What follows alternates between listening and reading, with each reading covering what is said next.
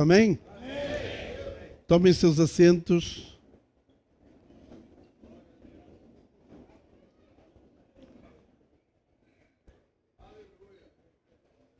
Sejam todos muito bem-vindos a mais uma linda comunhão no Espírito, não? Está lindo hoje aqui. Daqui de cima se vê uma igreja, se vê a noiva e está lindo aqui. Bem-vindos à família de Combica, à família de São Rafael. Essa é a vossa casa, sempre estaremos aqui para servir-lhes, não só com o pão da terra, senão com o pão do céu, que sempre é muito mais poderoso, mais forte, não? Eu gostaria que todos pudessem abraçar essas famílias que nos visitam. Vamos colocar-nos de pé uma vez mais, porque às vezes vejo que não dá tempo para conhecer. Então, olha para trás, 2, 3 pessoas e saúda a 2, 3 pessoas que estejam aí do teu lado. Vamos com mais entusiasmo, que é isso? Vocês também aí, 2 ou 3 atrás. 2 pessoas atrás de vocês, um abraço a eles. Aleluia.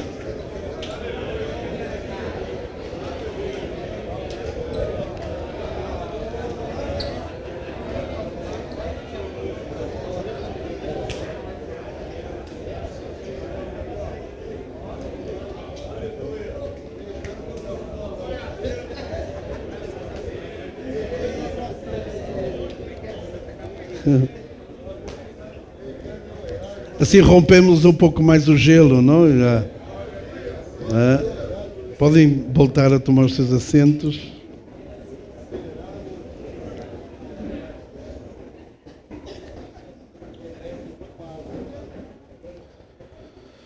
Glória a Deus. Senhor, estamos na Tua presença e estamos vendo pessoas voltar para Ti, Senhor. Tem vidas neste lugar que estão vindo para perto de Ti hoje, Senhor. Tem pródigos voltando para os braços do Pai. E nós estamos alegres por isso, por ver, Senhor, como muitos correm de novo para buscar o Teu conforto, o Teu alívio, o Teu refrigério, Senhor. Queremos pedir-te perdão pelos nossos pecados, Senhor, aqueles que nos afastam de Ti. Pedir-te perdão pelas vezes que Te ofendemos com as nossas palavras, pensamentos, atos, omissões. E queremos pedir-te, Senhor, que Tu nos laves com o Teu precioso sangue. Lava a Tua igreja nesta noite, Senhor. Lava-nos, purifica os nossos corações, Senhor. Muito obrigado por reunir-nos como família. Abençoa todos os que estão nas suas casas, nas comunidades, e que a palavra, o Evangelho, o poder de Deus possa derramar-se por completo nesses lugares também, Senhor. Muito obrigado uma vez mais, em nome de Jesus. Amém. Amém. Eu estava pensando, quando via os testemunhos dos irmãos, o que seria de nós sem o Evangelho, não? E o que seria da humanidade sem o Evangelho? Porque seria muito difícil ter uma relação com Deus sem o Evangelho, sem Cristo. Porque Cristo é o Evangelho, é a manifestação do amor de Deus. E para nós ter o Evangelho, ter as boas novas de Cristo, nos dá uma clareza, uma revelação clara, e podemos chegar com facilidade ao lugar santíssimo. Podemos, através desse caminho vivo e novo que foi Cristo, que é Cristo, poder chegar ao lugar mais íntimo, com liberdade, a liberdade de aproximar-nos do trono da graça, com confiança, não? Sem vergonha, sem medos, porque através de Cristo, através da cruz, nós fomos reconciliados com Deus. E o Evangelho é dinamite, não? Dinamis, é poder de Deus para transformar, salvar, libertar. Hoje, por exemplo, o Ministério da Remar, ele ocupa os 5 continentes pelo poder do Evangelho. Senão como libertariam-se as vidas? Como se faria a obra se não fosse o poder do Evangelho? Se não fosse essas boas novas de que Cristo morreu, ressuscitou e está vivo, sentado à direita do Pai. E que através em Cristo, através da cruz, a humanidade é reconciliada com Deus. Aqueles perdidos, a humanidade perdida, ela se salva através do poder do Evangelho. Amém? E eu quero ler com vocês a epístola de Paulo aos Romanos, epístola de Paulo aos Romanos, no capítulo 1.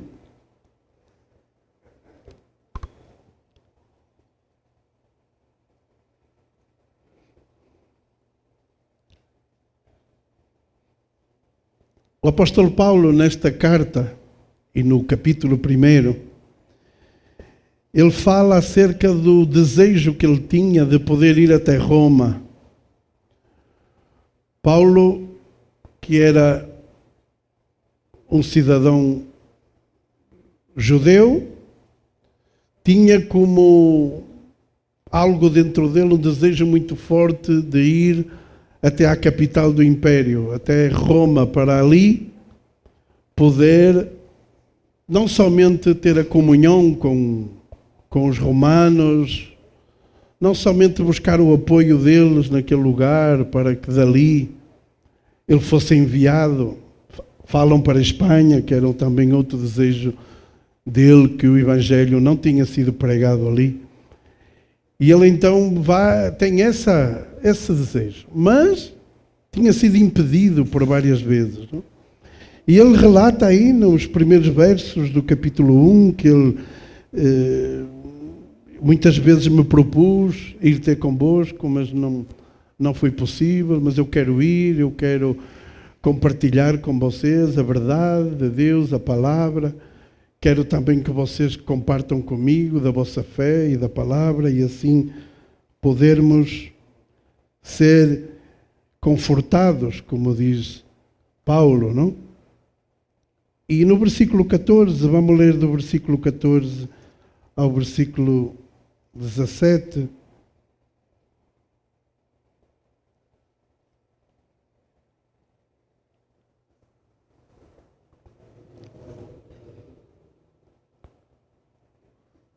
Pois é meu dever pregar a todos, tanto aos civilizados como aos não civilizados, tanto aos instruídos como aos sem instrução. Versículo 15. Assim que, quanto a mim, estou disposto a anunciar o Evangelho, também a vós que estão em Roma, porque não me envergonho do Evangelho de Cristo, pois é o poder de Deus para a salvação de todo aquele que crê, primeiro do judeu e também do grego, porque nele a justiça de Deus se descobre de fé em fé, como está escrito, mas o justo viverá pela fé. Amém?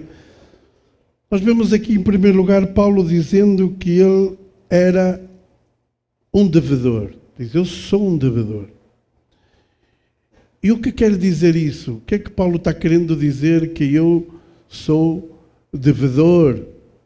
Que eu tenho um dever de pregar a todos, um dever moral, diríamos assim, não uma dívida em termos judiciais ou algo, senão uma dívida moral, um dever moral que nós temos uns com os outros de pregar-nos o Evangelho de Cristo.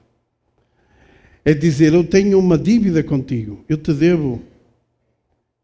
Então eu tenho a responsabilidade moral de te anunciar o Evangelho de Cristo. E Paulo se sentia assim. Por isso diz lá no versículo 14, não?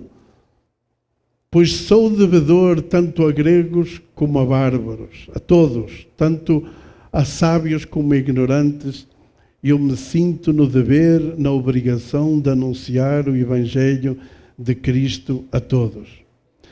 Da mesma forma como alguém passa por nós e nos diz bom dia, nos saúda, e nós devemos responder, e respondemos muitas das vezes pela educação também, bom dia, bom dia. Existe ali como uma dívida entre os dois.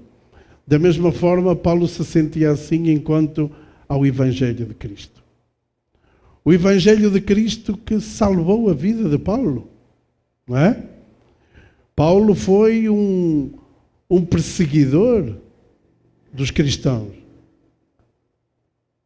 Paulo era um religioso que pensava que Jesus era o falso profeta, que não acreditava que o filho do carpinteiro fosse à cruz para salvar a humanidade e que a cruz fosse o instrumento de salvação, já que era um instrumento de maldição na época, de tortura.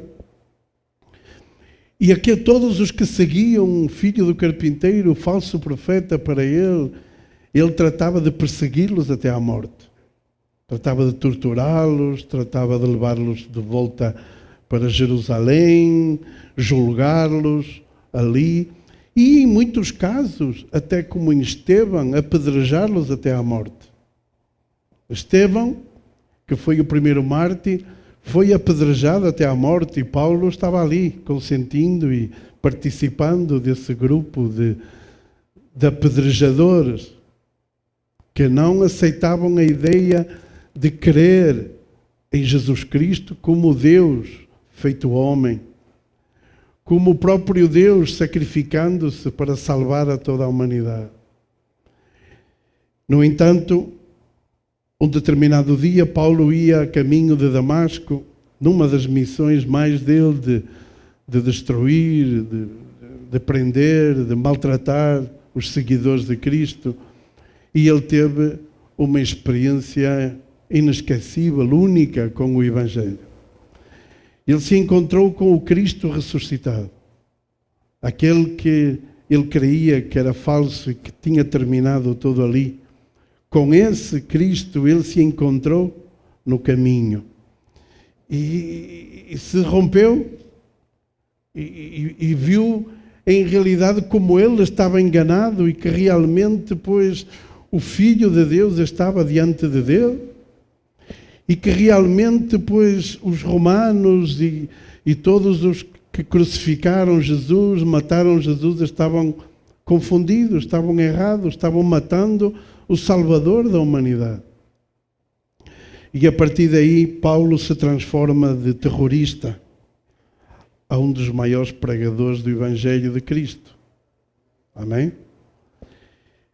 É dizer, não há nada que Deus não possa transformar.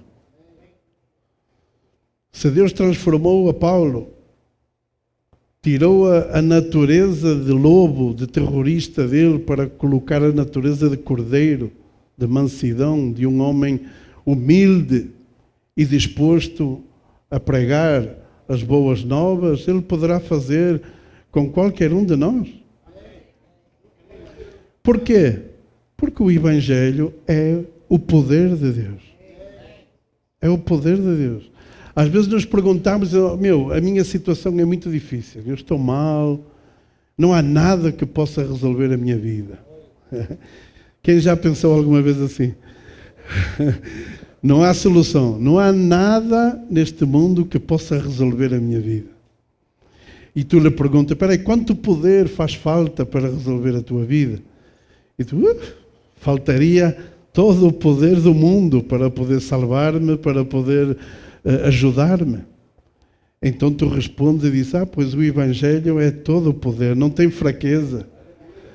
O Evangelho é o poder completo. Então não há nada que o Evangelho não possa transformar. Não há nada.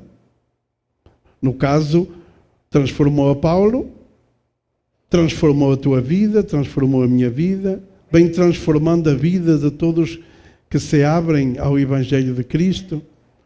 Vemos como hoje escutamos o testemunho dos irmãos e vemos como o Evangelho transformou as suas vidas. Não foi remar, foi o Evangelho de Cristo que transformou. E uma grande transformação, um milagre para que nós possamos glorificar a Deus ao participar, ao ver. Eu lembro, por exemplo, da Lica, que eu fui buscar a Curitiba para morrer, não? Eu fui buscá-la para ela morrer. E eu não queria trazer ela, eu estava com medo de trazê-la, porque poderia morrer no caminho. Até que me convenceram, disse, vamos arriscar, vamos pela fé e tal, e a colocámos dentro do meu carro. Nunca mais esqueci, no banco de trás, e completamente...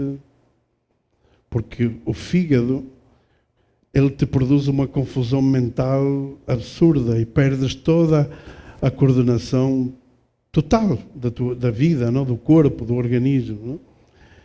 E o médico falou para ela de que não iria viver, não poderia viver com uma cirrose, como ela estaria, que lhe daria muito pouco tempo de vida. E ali estava o Renato, na época do pastor Renato e da Dana, e eu estava lá.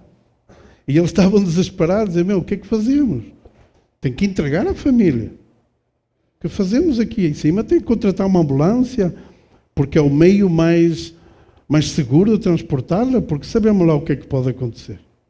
E ali aquele dilema que fazemos, vai ficar aqui, vou levá-la para São Paulo, como é, família. E então decidimos trazê-la, decidimos arriscar-nos no meio da viagem, porque tem serra também, e arriscar-nos. E quando chegamos à Cantareira, entregamos ela nas mãos da família, já para morrer, não? Jamais imaginaríamos outro desfecho. Mas, para minha surpresa, passado 3 anos, bate no prédio de novo, completamente destruída. Eu parei, mas ia para morrer, ressuscitou, agora volta a entrar num estado de, toda inchada. Temos fotos disso, do dia que chegou ao prédio, toda completamente inchada, e vai morrer de novo. E outra vez ressuscitou. E diz, não tem como, tá? E foi caminhando, o Senhor foi regenerando o fígado dela, foi dando-lhe, equilibrando, até ao ponto de oferecer-lhe um projeto de vida novo, uma família, e hoje poder estar de pé servindo ao Senhor.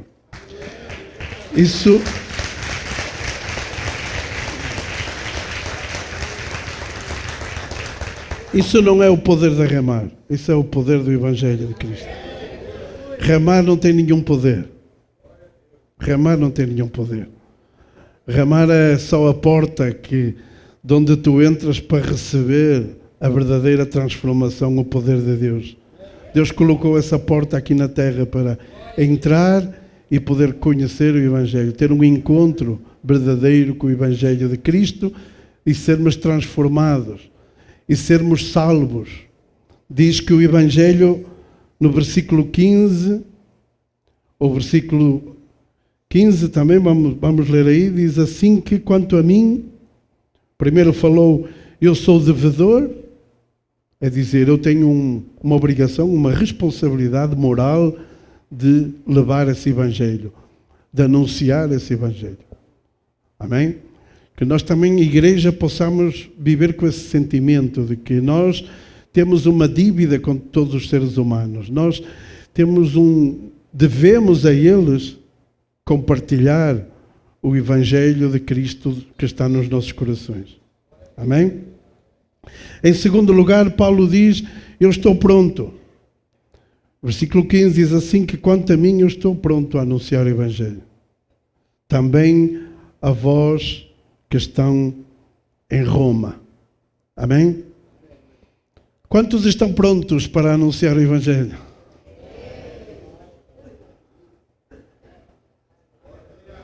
Quantos estão dispostos, preparados para anunciar o Evangelho? Aleluia. Para isso, pois, se rompe toda a barreira geográfica, sentimental, familiar, porque para nós podermos dizer eu estou pronto, eu estou disposto enquanto a mim a ir anunciar o Evangelho, depende da vontade de Deus de enviar-nos, não é? Porque Paulo o que está dizendo é o seguinte: por mim, eu estou pronto, não tem problema. Eu tentei ir a vocês, a Roma, fui impedido, não consegui, mas não foi por minha vontade, foi pela vontade do Espírito Santo. Quanto a mim, quando for necessário, quando me chamarem, quando a porta se abrir, podem contar comigo. Eu estou pronto, eu estou disposto, eu estou com as malas preparadas. Quantos estão com as malas preparadas? Alguns ainda nem desfizeram as malas, não? Glória a Deus, que bom. Que bom. E é uma das coisas que o Senhor quer de nós, é que haja disposição, não? Prontidão, que estejamos sempre prontos. Deus precisa de nós em determinado lugar para anunciar o Evangelho. Deus precisava de usar Paulo para anunciar o Evangelho em outros lugares, e ele era um homem que estava pronto, que estava disposto. E isso também nós, por gratidão, por termos sido também alcançados por esse Evangelho de Cristo, estamos prontos, estamos dispostos. Senhor, quanto a mim, me podes enviar, porque às vezes não se trata somente de irmos de missões, ou de irmos para alguns outros lugares, e sermos nós os primeiros a dizer: eu quero ir a tal lugar, eu quero ir e tal. Glória a Deus por isso, pela disposição, mas quem tem a última palavra é o Senhor, não é? Então o que é que nos compete a nós? Estar prontos. Às vezes alguns irmãos vêm e dizem: pastor, eu estou disposto a ir para tal lugar, estou disposto a ir para a África, estou disposto a ir lá para o Nordeste, eu estou disposto, eis-me aqui, eu quero ir. E tu dizes: glória a Deus, que maravilha que tem pessoas dispostas e prontas para ir. Agora vamos orar para ver que porta que o Senhor vai abrir. Mas o mais importante nós já temos, que é um coração disposto, um coração pronto, um coração aberto ao Evangelho de Cristo e à propagação desse Evangelho de salvação pelo mundo inteiro. Não é? Quando Jesus deu a grande comissão, falou: ir por todo o mundo e pregai o Evangelho. Não é só fazer a obra, tem que pregar o Evangelho a toda a criatura, não é? Batizando-los no nome do Pai, do Filho e do Espírito Santo. Amém? Tu estarias disposto a deixar tudo? Deixar a tua família, deixar o lugar de onde tu nasceste, deixar toda essa vida para trás, essa juventude, tudo que fez parte da tua vida? Tu estarias disposto a negar tudo isso, a sacrificar isso para poder anunciar o Evangelho? Eu creio que sim, que tu estarias, se tu tivesses experimentado o verdadeiro Evangelho. Que tu tivesses sido alcançado por esse Evangelho. Com certeza, não tenho nenhuma dúvida que tu negarias tudo e renunciarias a tudo para poder ir anunciar esse poderoso Evangelho que te transformou. Amém? E depois no versículo 16 diz: porque não me envergonho do Evangelho de Cristo, pois é o poder de Deus para a salvação de todo aquele que crê, primeiro do judeu e também do grego. Amém? Paulo deveria vários motivos para ter vergonha. Um deles nós já falamos, que é crer que o filho do carpinteiro, que nascido num lugar que poucos conheciam, que depois vai à cruz, morre crucificado na cruz como um maldito. Então todo mundo não acreditava nisso. Então Paulo poderia ter vergonha de dizer: espera aí, mas eu vou ter que chegar lá e dizer que eu sou seguidor do carpinteiro, seguidor daquele que morreu de uma forma que eles condenam, uma maldição, como um maldito e tal, não é? Ele poderia sentir-se envergonhado disso.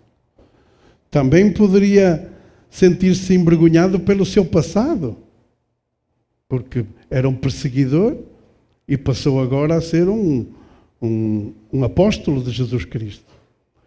O que com certeza para a maioria não tinha nenhum respaldo, não? Então ele também tinha que lutar contra isso. Será que vão acreditar em mim?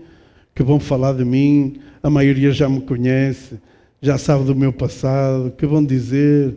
Então é outro dos motivos que o poderia levar a recuar, a ter vergonha.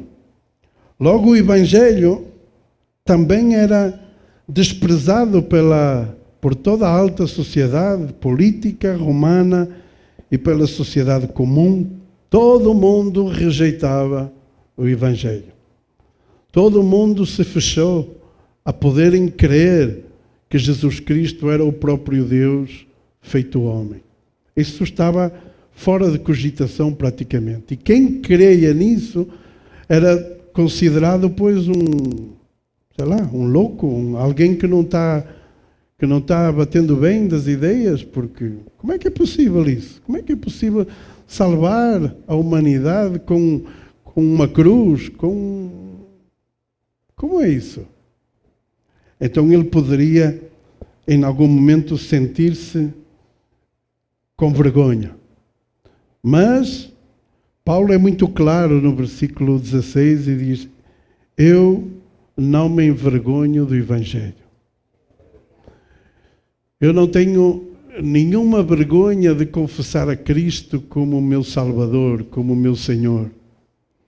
Eu não tenho nenhuma vergonha de anunciar as boas novas de salvação aos homens, à humanidade. Eu não tenho vergonha. Paulo diz: eu estou pronto, estou disposto e quero ter a coragem de ir a qualquer lugar, porque eu não tenho vergonha, não há nada que me possa impedir de anunciar as boas novas à humanidade. E às vezes nós temos vergonha, muitas vezes. Bom, eu tenho dois tipos de vergonha. Tenho a vergonha por timidez, a pessoa tem vergonha, não? Mas ela não se envergonha daquilo que ela crê. Eu, por exemplo, não tenho nenhuma vergonha de assumir-me como filho de Deus, como um remido, um salvo, como confessar a Cristo como meu Senhor e Salvador. Eu não tenho vergonha nenhuma, não me envergonho disso. Porque isso é poder de Deus para salvar-me. E quando Paulo está dizendo aos romanos poder de Deus, ele fala poder porque ele sabe muito bem o que eles pensavam acerca do poder.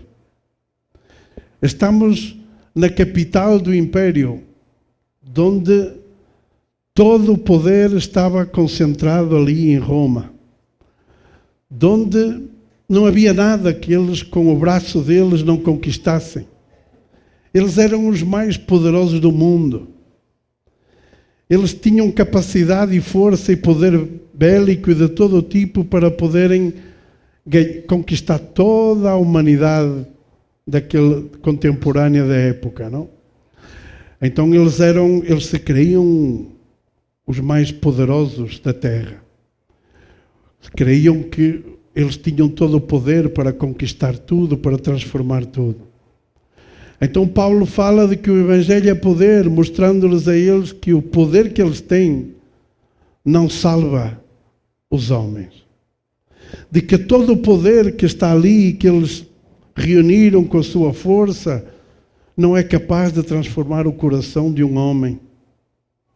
Não é capaz de perdoar os pecados, tirar a amargura, tirar o ódio, a vingança. Todo o poder que eles tinham não conseguia transformar esses corações. Então ele diz, bom, mas existe um poder maior que o poder que vocês têm, que é o poder do Evangelho. No original grego a palavra poder é dinamis, dinamite. Então é como uma bomba.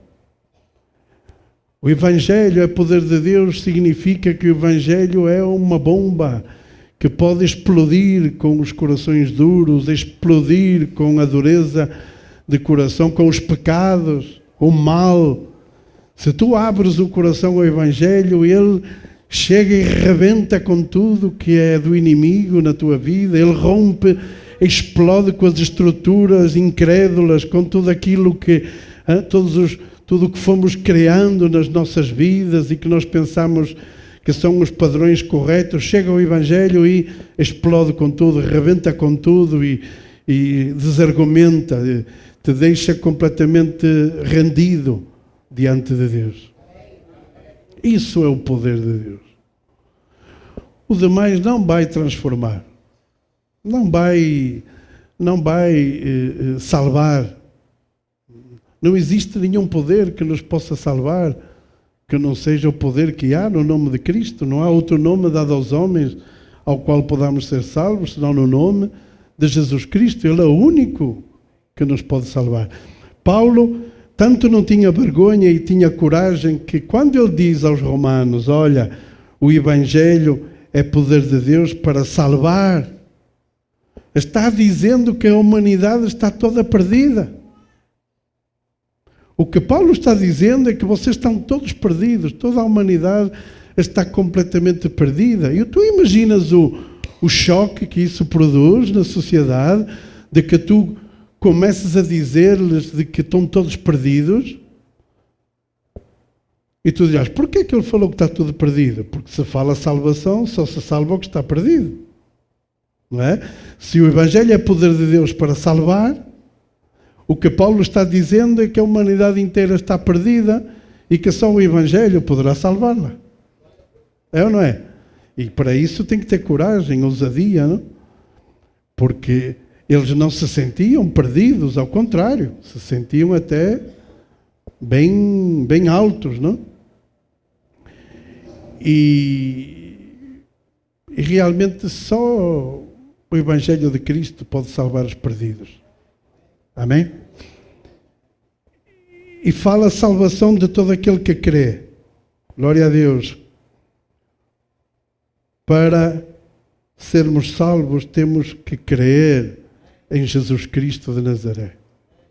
Não há outra maneira de ser salvo, não há outro caminho, não há nada, não há nenhum nome dado aos homens, nada criado entre nós que possa salvar-nos, que possa tirar-nos da perdição e trazer-nos para a vida eterna.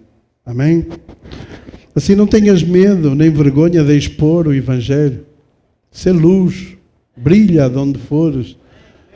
Sente-te como um devedor, que tens a responsabilidade moral, a obrigação. Em outro versículo, Paulo diz, ai de mim se não anunciar o Evangelho. É como uma obrigação, ai de mim. Logo dizia, porque me é imposta é uma necessidade que eu tenho.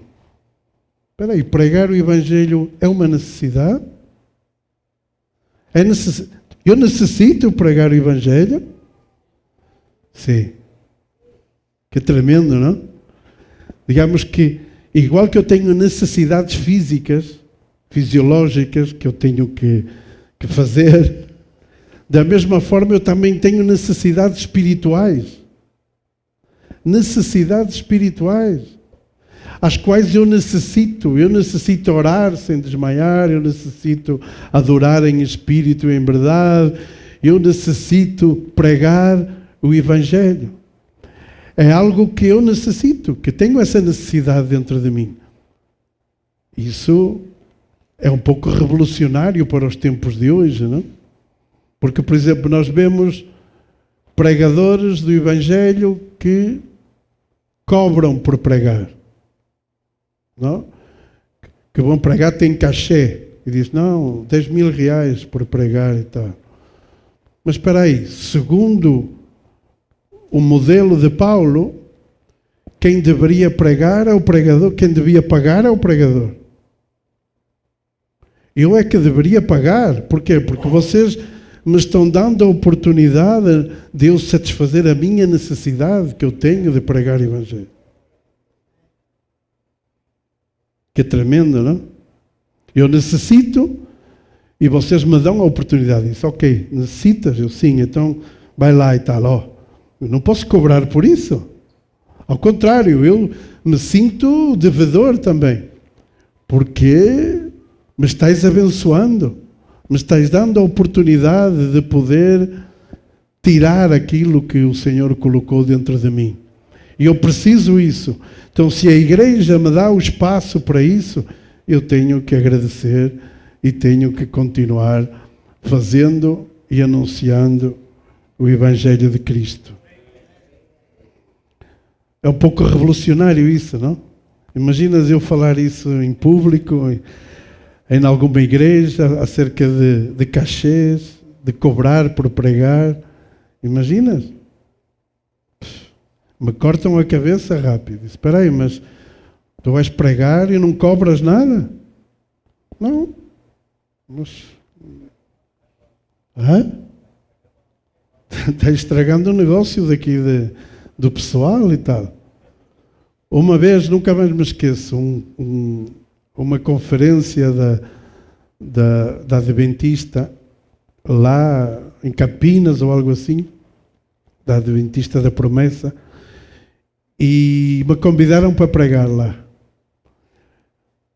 E havia uns quantos pregadores, não? E a pessoa que me não contratou, que me convidou para pregar, estava muito preocupada de quanto é que eu cobraria por ir ali. E então era por intermédio de outra pessoa. Ele dizia, fala com ele a ver quanto é. Fala com ele a ver quanto é. Porque era isso que todos tinham o seu cachê por pregar na conferência. E então eu falei, eu não vou pregar nada. Eu não vou cobrar nada. Vocês, se querem dar-me uma oferta de amor para o ministério, isso já corresponde a vocês. Eu não vou estipular nenhum preço, até porque a palavra não tem preço. Eu não sei quanto cobraria, porque, sei lá, não entendo nada disso. Nem isso faz parte do meu, sei lá, do meu mundo espiritual. Então, deixa ao vosso critério. E todo mundo ficou admiradíssimo, dizia, meu. Eu disse, bom, pelo menos que dê para a gasolina, para chegar lá, a Campinas, ir e voltar, felizes, ia com um grupo de 4 pessoas, felizes por ter um auditório de 6.000 pessoas que estavam abertas a ouvir falar da Remar, abertas ao Evangelho. Glória a Deus, maravilha, saímos de lá como bombas, felizes todos de podermos ter abençoado aquele lugar. Amém? Disso se trata de pregar o Evangelho de Cristo. Quando falamos de poder, o poder que tinham os romanos era um poder que destruía tudo. Eles destruíam todos os inimigos. Um poder que destrói. Mas o Evangelho de Cristo é um poder que dá vida. Olha só a diferença entre os poderes. Um poder destrutivo, de força, o poder do Império Romano, e o poder do Evangelho. Aleluia. Que dá vida a todo aquele que pela fé que crê nesse Evangelho. É um poder que dá vida. Não é um poder destrutivo, é um poder que dá vida. Aleluia. É um poder que sim vai rebentar com estruturas humanas, que vai produzir uma revolução dentro de ti, que tu nunca mais serás o mesmo, porque revoluciona tudo, a mente, os pensamentos, a forma de... É tudo novo, vai modificar tudo. Amém? E é isso que Deus quer de cada um de nós, que não tenhamos vergonha do Evangelho de Cristo, da cruz, da palavra de Deus. Hoje muita gente se expõe nas redes sociais. E se expõem, falam de tudo, se mostram a vida particular e tal, e tal, e tal. E alguns têm vergonha do Evangelho. Alguns têm vergonha do Evangelho de Cristo. E então tu vais lá visitar as suas redes e nem identificas bem, não tem nada. Tudo parece uma pessoa comum, uma pessoa normal. Em contrapartida vais visitar outras páginas, outras redes e vês que tem tudo a ver com o Evangelho. Não é? Tu vês que não tem vergonha de confessar-se como cristão, como seguidor de Cristo. Não tem vergonha de que pode perder amigos, que pode perder o respeito de alguns, pode perder a consideração dos pais, pode ser perseguido por todo o mundo e tal, mas ele não tem vergonha. Paulo também não tinha vergonha, apesar de ter sido um perseguidor da igreja. Amém? Vamos a colocar-nos de pé.